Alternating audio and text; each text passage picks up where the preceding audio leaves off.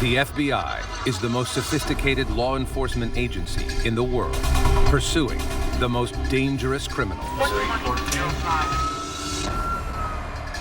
In Michigan, when a young woman disappears with her baby. She knows something's going to happen. She may not have realized that she's going in the water, but she realized that she's going to be murdered. I was terrified. The Bureau mobilizes. This case I'll never forget. This case represents the most violent crime that I've ever investigated. He doesn't care about the feelings of others. He doesn't care about the rules. And if somebody is in the way, you simply kill them. FBI. Criminal Pursuit.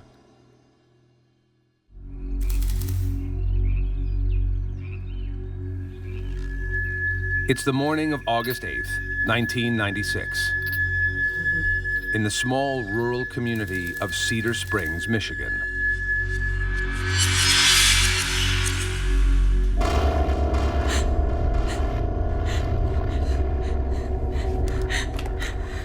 "19-year-old Rachel Timberman makes a desperate call to a friend. Hello? Something terrible happened. She could barely talk through her tears. She just said something horrible has happened. And I said, do you want me to come? I'll come right now. Jackie rushes to Rachel's house, which she shares with her mother and younger sister. Rachel, what's happening? Jackie has counseled Rachel since the girl was 13 and knows her home life has always been hard. Her mother really didn't provide well for her, be it food, finances, or clothing, or emotional support. She went to school erratically, and there were issues with clothing, and she had nothing to wear to go to school. Rachel experimented with drugs and was slipping through the cracks until she got pregnant with her daughter Shannon. For the first time, she had someone who truly loved her. Oh, she was the happiest baby. She laughed constantly. She almost never cried. After Shannon, she was really a changed young woman. She didn't party, she didn't smoke dope, she didn't drink. She wanted the best for Shannon. She wanted to rise up herself so that her daughter would be able to look up to her as a mom. What happened to you? Oh. But when Jackie sees Rachel's battered and bruised face, it's clear that something has shattered her world. Oh, it was a wild fear. Her eyes were big and dilated, and she was terrified. And I believe that she was terrified. Okay, I'm ready. Rachel tells Jackie that a family friend, 44-year-old Wayne Davis, stopped by the night before. He invited her to a game of cards with Mike, a classmate of Rachel's, and Mike's uncle, Marvin Gabri, whom she had never met. Give her a bottle when she starts to A single cry. mom, Rachel jumped at the chance for a night out. Okay. All right. She left baby Shannon with her sister and headed out with Wayne. Bye. She felt in good company when she did get in the car with him that night.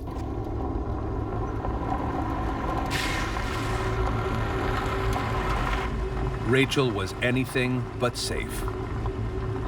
They're driving down the road, and Marvin pulls over, and he kicks both of them, Mike and Wayne Davis, out and took off and pulled her out of the car and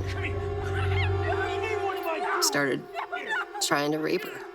And she tried to fight him off, but he got the best of her. According to Rachel, Marvin Gabri raped her repeatedly, savagely biting her nose and banging her head on the ground.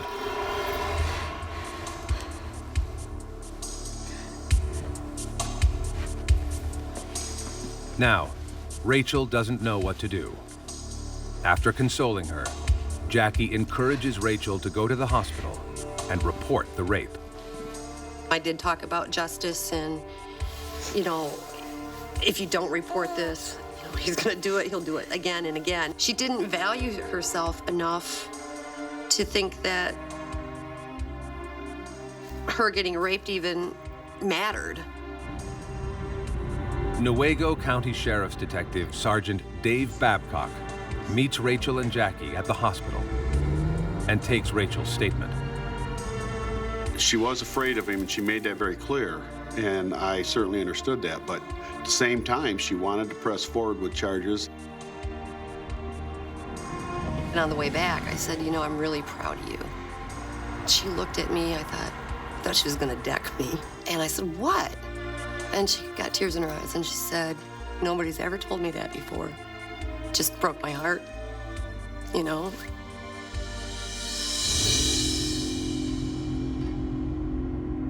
Detective Sergeant Babcock tracks down the alleged rapist, Marvin Gabri, and asks him to come to the station.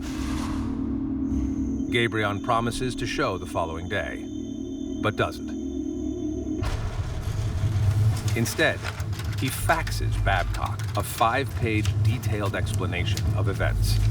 It's the first and only time I've received a suspect's statement about a crime or an incident through the fax. He indicated that it was her idea to have a sexual encounter. She was making a fake rape complaint against him. But Gabrion's version of the story doesn't match the evidence. It doesn't take long for investigators to find Marvin Gabrion, arrest him, and charge him with rape. He serves only 2 weeks before his family comes up with bail money. Wayne Davis, one of the witnesses to the alleged rape, posts his bond. Meanwhile, Rachel gets her life back on track. She moves in with her father, gets a job at a fast food restaurant, and plans to return to school. Are you ready? Shannon, now 11 months old, is her #1 priority. She was not going to live where she had been living, have contact with the people that she'd known all her life, and wanted to learn how to be a good mother.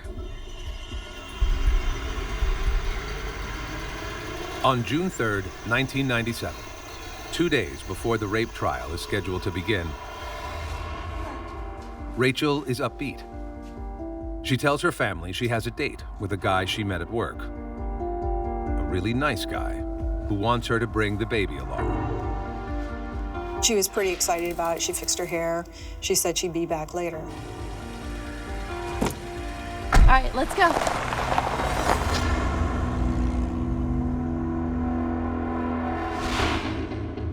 The very next day, her father receives a letter in Rachel's handwriting. Rachel apologizes for leaving without saying goodbye, but explains that she's run off to get married. She promises to write again after she settles down. Knowing Rachel's impulsive, free-spirited nature, her family and friends consider the possibility that she may have, at last, found the fairy tale.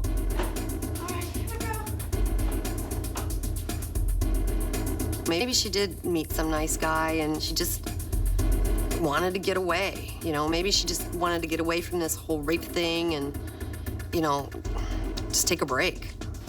But Kim Verhage can't shake the sinister feeling that something is wrong. I knew Rachel wouldn't have done that. She wouldn't have done it to me. She wouldn't have done it to my son. She wouldn't have taken Shannon from us. There's no way she would have done that. Who did Rachel run away with? It's a question that the FBI will eventually have to answer. But by then, it may be too late. There was a man who came to the house in a car, and he never got out of the car, never met Rachel's father or anybody in the family. She just got in the car with Shannon, and they took off. And she was never seen again by her family.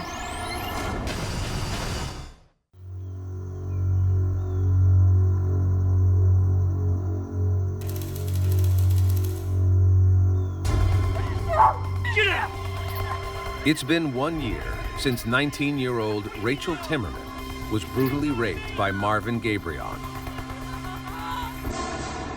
Finally, it's her day to face her attacker in court. But Rachel has had a sudden change of heart.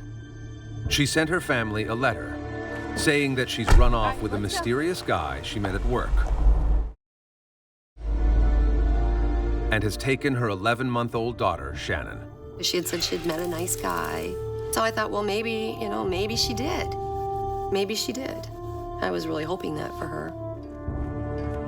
The court hearing comes and goes with no sign of Rachel. Within days, she sends both the prosecutor and judge handwritten letters with a stunning message. She wanted to drop the charges. She moved out of the area, and she was recanting her fake rape charges against Marvin Gabri. Both letters are postmarked Arkansas. And just like the letter Rachel's family received, both have an unusual feature.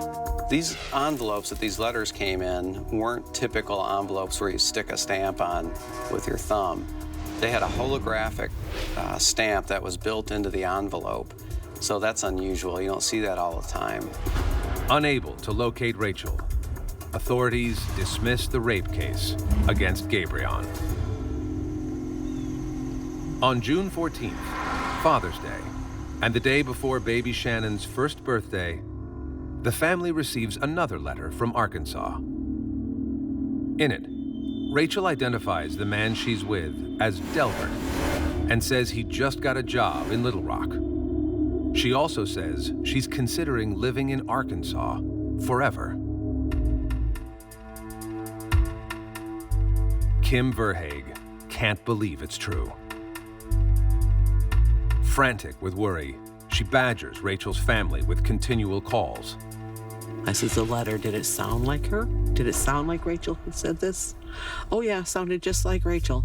I called there almost daily for the next 2 weeks.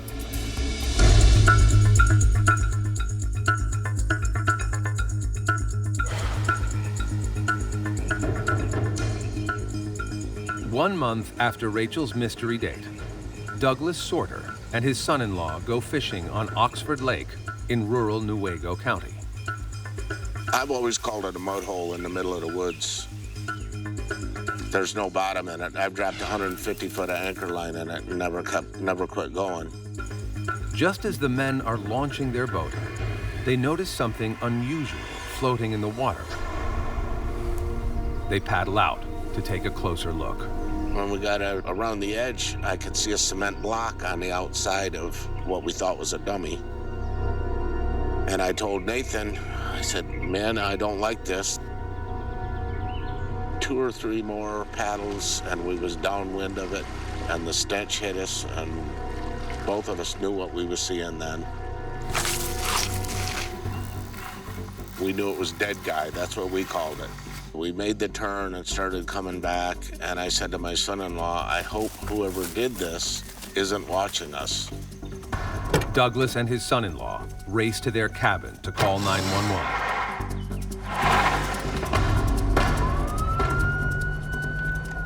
Newaygo County Sheriff's Detective Sergeant Dave Babcock responds to the scene.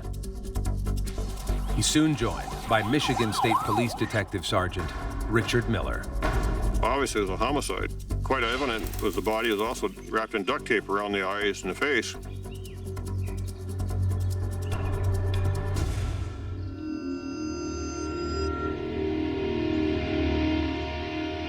Investigators carefully lift the badly decayed body.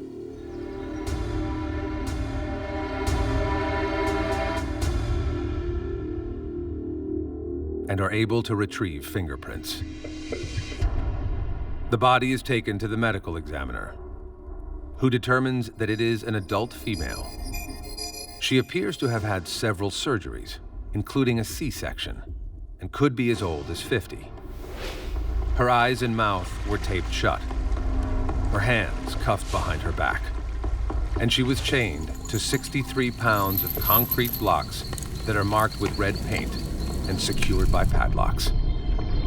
The medical examiner confirms that the woman was dumped in the water alive. You can only imagine what she must have thought.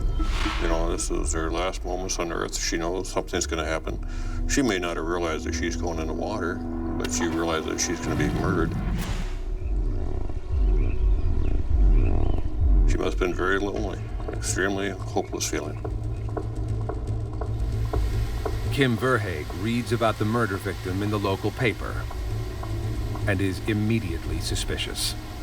Rachel had had hip surgeries that are more common to somebody older. She had them when she was like 13 years old. You wouldn't expect to have seen a 19-year-old. She'd had a C-section, and I just had a really bad feeling. Kim contacts Michigan police. They compare the victim's fingerprints with 19-year-old Rachel's and get a match.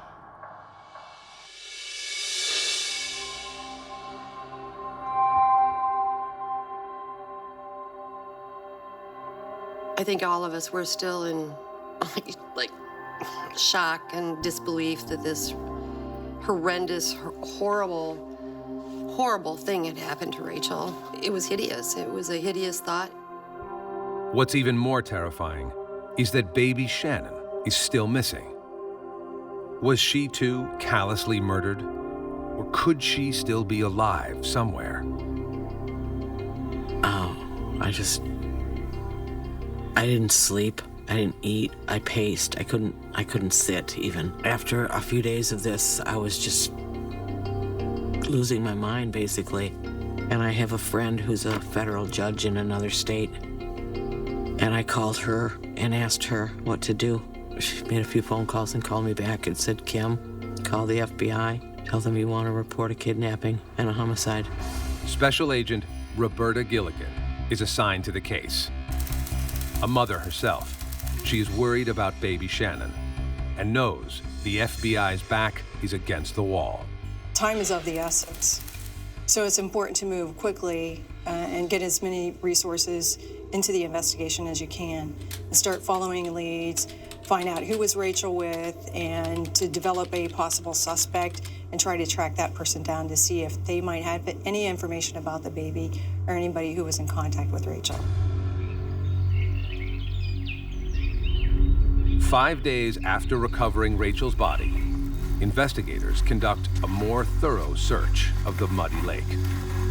The cadaver dogs that we used at Oxford Lake kept indicating there were more human remains down there. We couldn't find those. The FBI then issues a nationwide alert for the 11-month-old. Missing persons flyers are posted all over Cedar Springs. We worked with the National Center for Missing and Exploited Children, had posters of Shannon's picture and information so that people could call in with any tips. The tips lead nowhere, and investigators turn to the most likely suspects, the men closest to Rachel. They start with Shannon's father, Rachel's ex-boyfriend, Rick Verhaeghe. They may have had a fight, they may not get along, he may not have wanted to pay child support. I mean, there could be a number of reasons that he would be a potential suspect. But questioning reveals that Verhaeghe has been living in Florida and has an alibi for the day Rachel disappeared. Rick was not a strong suspect.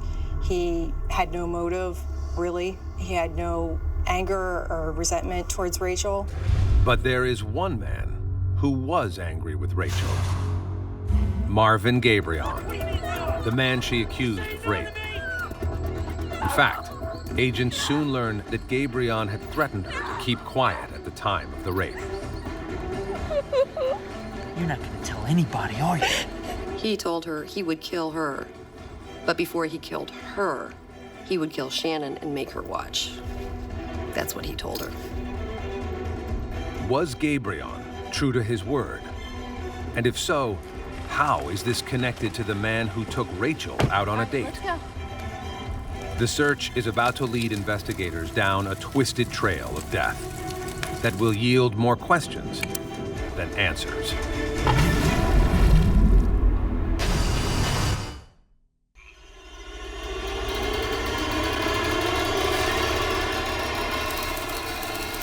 2 weeks after the body of 19-year-old single mother Rachel Timberman is found handcuffed, bound, and chained in a Michigan lake, authorities are on a desperate hunt to track her killer and find her child, Shannon. I can't imagine the terror she must have felt. And even worse, knowing that she was going to die that way, is what she must have been thinking about her one-year-old daughter, Shannon, and what was going to happen to her. FBI agents and Newaygo County authorities still have no idea where baby Shannon could be. Time is running out, and they need to question Marvin Gabri, the man Rachel had accused of rape, but he's nowhere to be found.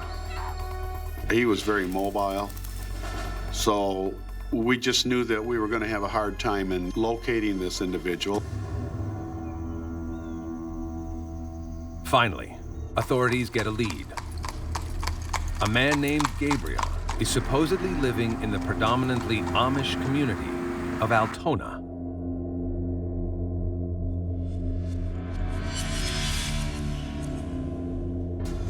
On July 12th, detectives Miller and Babcock go to the house and immediately notice something bizarre. This is during July, and a lot of smoke was coming out of the chimney. Quite obviously that somebody was burning something. The detectives knock on the door, but no one answers. They case the property and discover a pile of concrete blocks covered with black tar and red paint. Cement blocks drew our attention because they appeared to be quite similar with the markings and type that we found on the body of Rachel Timberman. They question neighbors, who confirm the house is actually occupied by Marvin Gabri, but they haven't seen him around lately. And even more strangely, the handyman Gabrion had hired, a guy named John Weeks, has also mysteriously disappeared. No one had seen him. No one had also reported him missing. They just assumed he was out of the area. Authorities quickly track down John Weeks' girlfriend. Surprisingly, when shown a photo of Marvin Gabri, she identifies him as Lance. She tells investigators that Lance and John Weeks took off for Texas to buy marijuana, but she doesn't know how to reach them. And she reveals something chilling. She told me there was one time that she'd caught her boyfriend, John, making phone calls to a girl named Rachel. And it angered her. Why are you calling a girl when you're going with me? And reportedly it was explained that John said, I'm doing a favor for Lance. I'm trying to hook him up with this girl named Rachel. And that's all she knew. Investigators now suspect that John Weeks may be the one who took Rachel out on the date that led to her death. Might he have even been her killer? Authorities wait anxiously for the crime lab results on the evidence found at Gabrion's house. They're rewarded with an important break. Those blocks that were found on Rachel Timberman's body were a match to the blocks found at Marvin Gabrion's house. It was like a fingerprint. State Police Detective Sergeant Richard Miller and Sheriff's Detective Sergeant Dave Babcock return to Gabrion's house in Altona, armed with a search warrant. Gabrion is still missing, but they're just in time to catch his family members doing something odd. There was a pickup truck backed up to the garage door here, and they were loading stuff from within the household into the pickup truck. That was very much a concern for us, that the family was assisting Marvin and just to dispose of evidence, having no real idea what evidence we might locate, but we're concerned, absolutely. Babcock and Miller order the men to put everything back in the house, then enter the premises to carry out their search. One thing that really stuck out in my mind is that his use of duct tape. Literally, he hung his curtains with duct tape. The detectives recover cans of red spray paint, like that found on the concrete blocks, and several keys used to open padlocks. Even more disturbing, a book titled The Perfect Victim. But it deals with a sexual predator who kidnaps a woman and holds her as a captive for his own personal sexual uses. That was the only piece of reading material that I found in the whole house. Investigators determined that the keys unlock the padlocks that helped bind Rachel Timberman's body. Still, it's not enough to move the case forward. It's not like DNA. There's a certain number of keys that will open the same lock, and that's distributed throughout the country. So you can't say that this key is the only key that opens that lock. Marvin Gabrion's family won't reveal where he is, but authorities are learning more about him and are convinced that he's a first-rate scam artist and con man. He had several alter egos. He bought and sold property, vehicles, insurance policies in other people's names just to avoid being identified. Investigators are also convinced he has a limitless appetite for violence. Mr. Gabrion thinks of himself as very special. He thinks of himself as entitled to do whatever he wants to do, to be above and beyond the law, and his view of other people is that they are merely props in his world. Investigators' fears are confirmed when they learn that the Altona house Gabrion was living in is not registered to him. Instead, it belongs to a man named Robert Allen, a Skid Row transient. We didn't know where he was. We tried to contact the family and learned that he also had not been seen by family since 1995. So he'd been missing for 2 years at that point. Allen may be missing, but his Social Security checks are still being cashed by none other than Marvin Gabrion. Basically, he stole Robert Allen's identity and got his monthly benefits, and at the same time, Robert Allen disappeared. At this point, investigators have to consider whether Gabrion killed Robert Allen in order to take his benefits. And they're troubled by an even more twisted possibility. Could Gabrion have also killed John Weeks, the man who took Rachel on the mysterious date? He hasn't been seen since he told his girlfriend he was leaving for Texas with Marvin, AKA Lance Gabrion. We were able to document that Lance or Marvin never went to Texas, and that John, to my recollection, lacked the mobility. I don't think he had a proper vehicle that could even get him down there. So I suspected that there's one more for us, you know. With two of Gabrion's associates presumed dead, investigators try to get in touch with Wayne Davis, the friend who posted Gabrion's bail and the prosecution's star witness in the rape case. But Wayne Davis has also been missing for weeks and was last seen with Marvin Gabrion. The suspected body count around Gabrion is growing like wildfire. In addition to Rachel, there are now 3 men he's suspected of killing, all to avoid facing a rape charge. Marvin Gabrion is an antisocial personality disorder and a psychopath. He doesn't care about the feelings of others, he doesn't care about the rules, and if somebody is in the way, you simply kill them. If we didn't catch him soon, we knew other people were going to be in trouble. There were still witnesses in a rape case, other witnesses who might have put him with John Weeks or Wayne Davis. Everybody was afraid. Police suspect Gabrion is killing everyone in his path. Will Shannon be his 5th victim? I just think that he absolutely thought he was above the law and nobody was going to put him in jail, and anybody that tried to was going to die.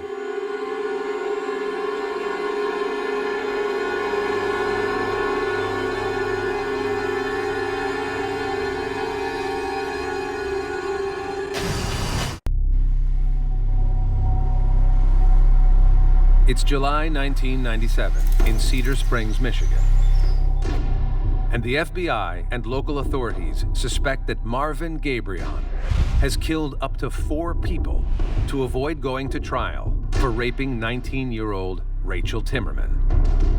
Marvin Gabrion is about as ruthless a predator as you could possibly encounter. He doesn't have any empathy whatsoever for another human being, and if they're perceived as being in his way, he'll simply eliminate them, and he won't feel any remorse about it. He has no conscience. And the evidence against him in Rachel's murder is growing.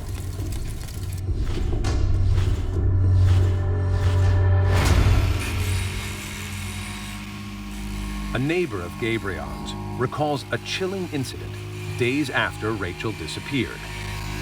He was awakened by a racket outside at 3 o'clock in the morning.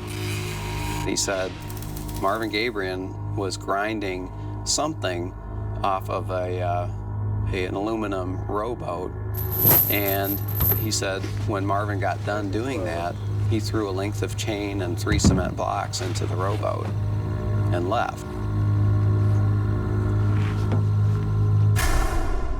Investigators are slowly piecing together what may have happened to Rachel.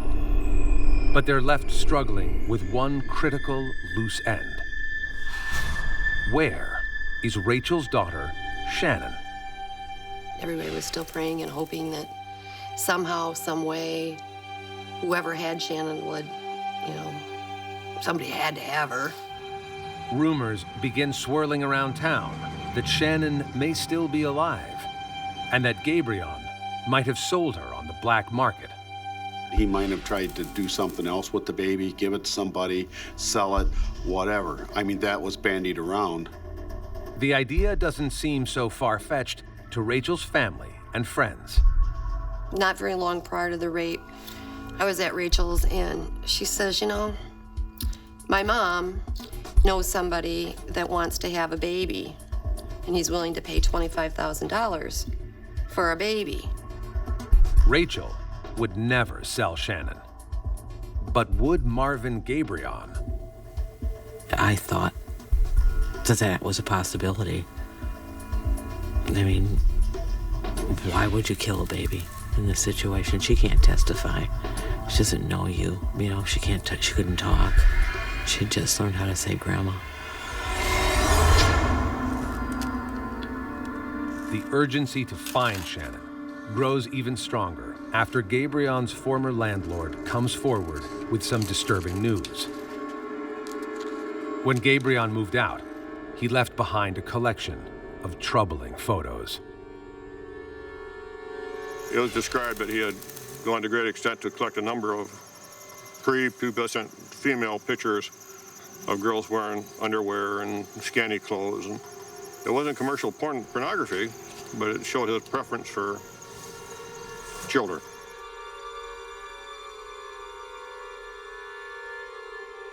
If baby Shannon is still alive, there's no telling what kind of trouble she may be in. Investigators need to find her before all hope is lost. On July 18th, 1997, a few weeks after Rachel's body was found in Oxford Lake, investigators finally get a fresh lead on where Gabrion is hiding. A family member comes forward with information about a campsite Gabrion is using near Hungerford Lake, about 7 miles from Oxford Lake. Authorities race to the area, hoping Gabrion is still there.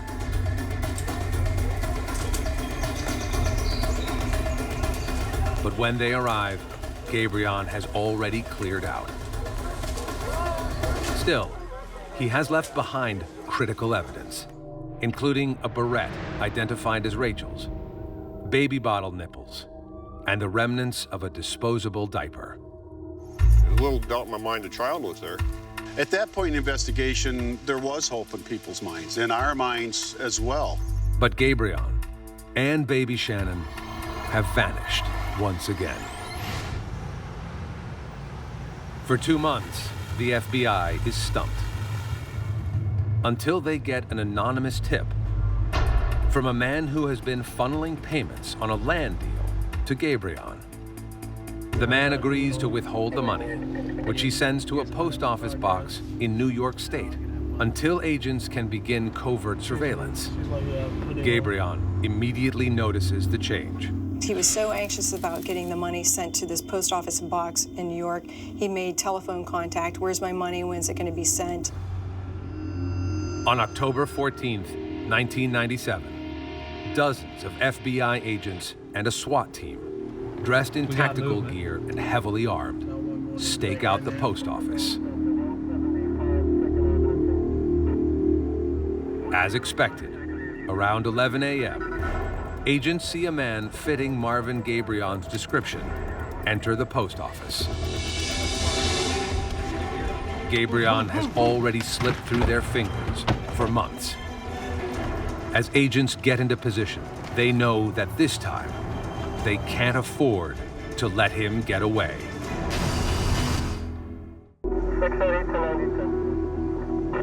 October 14th, 1997. After carefully staking out a post office, the FBI finally has suspected murderer Marvin Gabri within their grasp. When he walks out the door, they strike. He knew something was up and he started to run, but the FBI agents caught him.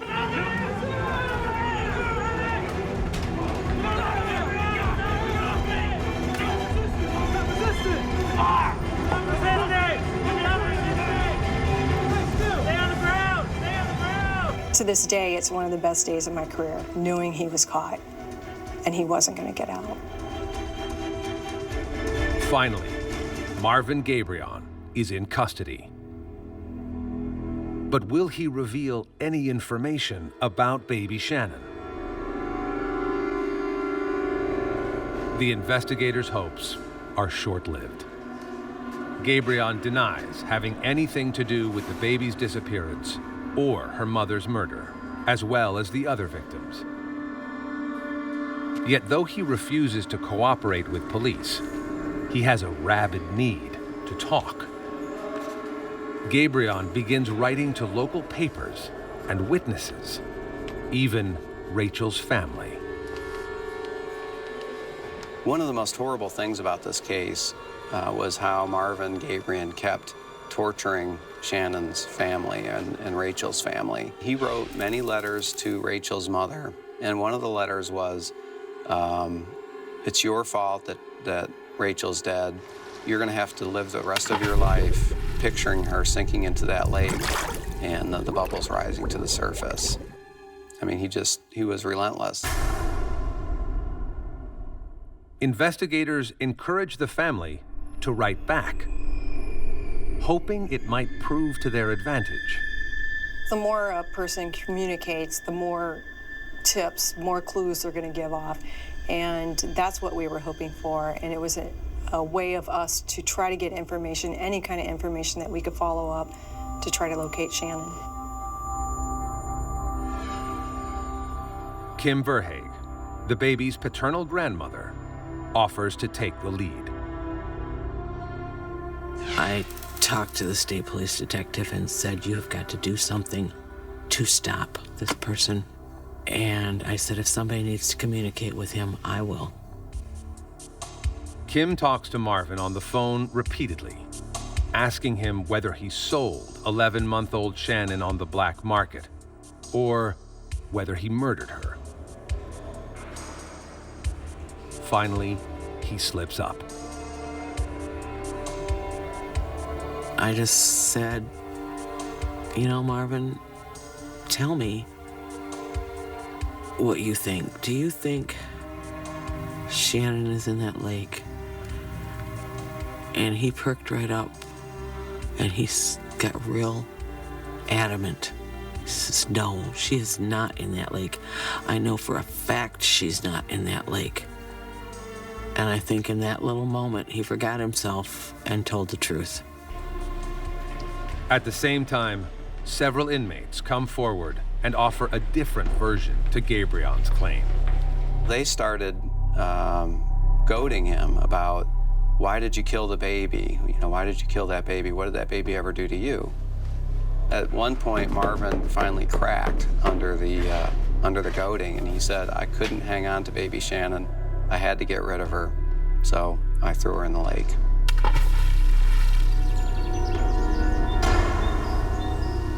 In May 2001, authorities decide to make one more major attempt to search the murky Oxford Lake. It's a lake where the water doesn't move very much. It's very mucky, and the hopes were that we might find something in the muck that stayed in place. That was our hope. They drain thousands of gallons of water and remove almost 300 cubic yards of sediment. They find nothing. In March 2002, Marvin Gabri stands trial for the first-degree murder of Rachel Timberman. Prosecutors theorize that John Weeks lured Rachel to Gabri on their deadly date, and that baby Shannon was invited for a very specific reason. It was a way to control Rachel. He had to get her to write those letters. He had to keep her quiet when she was at the campsite.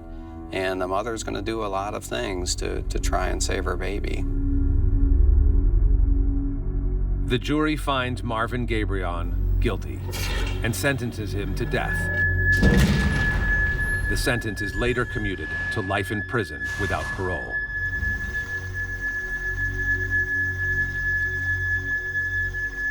In July 2002, canoeists find the body of Wayne Davis in Manistee Forest's Twinwood Lake, a half-mile from Gabrion's childhood home. John Weeks and Robert Allen are presumed dead, though their bodies have never been found. Gabrion has not been charged with their murders. Baby Shannon is still missing as well. Kim Verhaeghe can only hope to keep the vow she made to Rachel at her funeral. I promised her, standing at her coffin that day, that I would do everything I could to get Shannon back and protect her. Baby Shannon's family is offering a reward for information leading to her return. There's a possibility she's still out there. It's just not probable. Shannon couldn't do anything to hurt Marvin Gabri. She couldn't talk, she couldn't be a witness, but one thing she would do is tie Marvin to the murder, and Marvin Gabri would not leave a trail. I hope she's out there somewhere being taken care of. My hope is, in my heart of hearts, is Shannon is out there in a good family and being loved and taken care of. People keep asking me, it's been so many years. Why? Can't you just let it go? No matter what, no matter where, Shannon needs to come home to her family.